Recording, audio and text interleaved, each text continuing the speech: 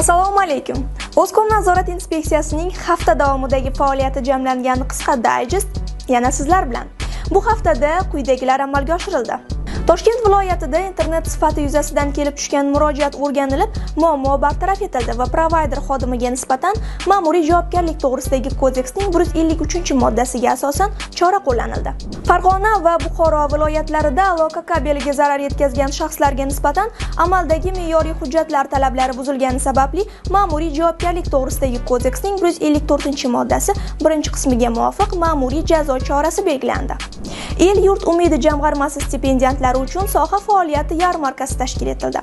Mazkur yarmarkada O'zkom nazorat inspeksiyasi ham ishtirok etib, o'zining vakant lavozimlarini taqdim etdi. Ishtirokchilarga mavjud ish o'rinlari va tanlov tartiblari haqida batafsil ma'lumotlar berildi.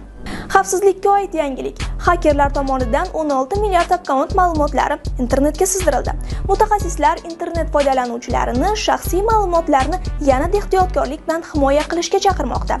Bu boradagi muhim tavsiyalar maxsus video materialimiz orqali taqdim etilgan. Haftaning asosiy yangiliklari shulardan iborat edi. Keyingi haftaning shanbasigacha ko'rishguncha.